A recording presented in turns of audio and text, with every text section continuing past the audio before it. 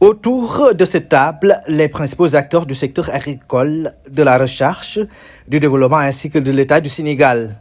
La rencontre se veut un cadre d'échange afin de garantir que les résultats du HUP pour les engrais et la santé des sols soient largement partagés et efficacement appliqués dans le contexte du Sénégal. Les efforts sont à l'échelle nationale mais aussi à l'échelle régionale. Donc il faudra se mettre ensemble, travailler ensemble, utiliser les compétences, les synergies, les ressources pour pouvoir tirer le maximum de ce sol, produire plus et mieux et nourrir mieux notre population. On travaille avec les institutions. Toutes ces institutions sont des institutions internationalement reconnues dans différents domaines, dans l'agronomie, dans la science des sols, dans la formation. Et ces compétences seront mises à la disposition des acteurs nationaux qui ont aussi des investissements qui se font déjà au Sénégal. On vient apporter notre contribution, non seulement en termes techniques, en termes d'accompagnement technique, mais aussi en termes financiers. Et donc, et travailler collectivement parce que le challenge est tellement grand qu'un seul pays ne peut pas le faire. HUP va nous permettre de développer une synergie entre tous les acteurs de la recherche fondamentale, la recherche développement, les acteurs qui sont dans le domaine des engrais et développer un partenariat public-privé autour de cette gestion de la fertilité des sols et de la santé des sols. Et insister aussi sur l'importance de ce HUP qui va permettre aux services techniques, les services de recherche au Sénégal, de mettre à la disposition des producteurs des technologies qui sont avérées. L'importance de ce HUP en ce qui concerne la santé des sols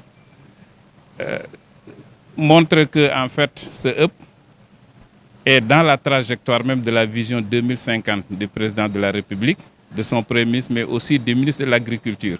Ce HUP régional devrait donc permettre au Sénégal et en particulier le ministère de l'Agriculture de mobiliser des ressources financières afin de les mettre à la disposition des producteurs pour l'atteinte de la souveraineté alimentaire, chère au chef de l'État. Le président de la République, Bassirou Diomaye Diakhar Faye, dans le nouveau référentiel des politiques publiques Sénégal 2050. On est passé de 100 milliards à 120 milliards de francs CFA qu'on a mis à disposition des agriculteurs pour booster un peu notre production. Alors, le gouvernement du Sénégal a une vision qu'on appelle Sénégal 2050.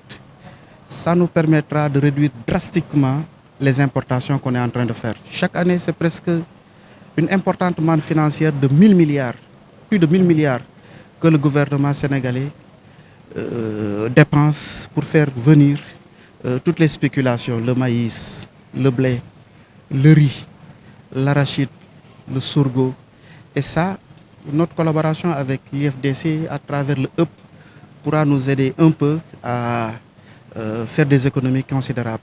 Dans le cadre de la mise en œuvre du projet Sénégal 2050, nouveau référentiel,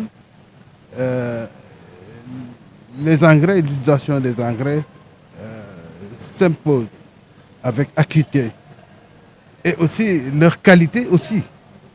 N'oublions pas que les engrais mal formulés, c'est le placebo,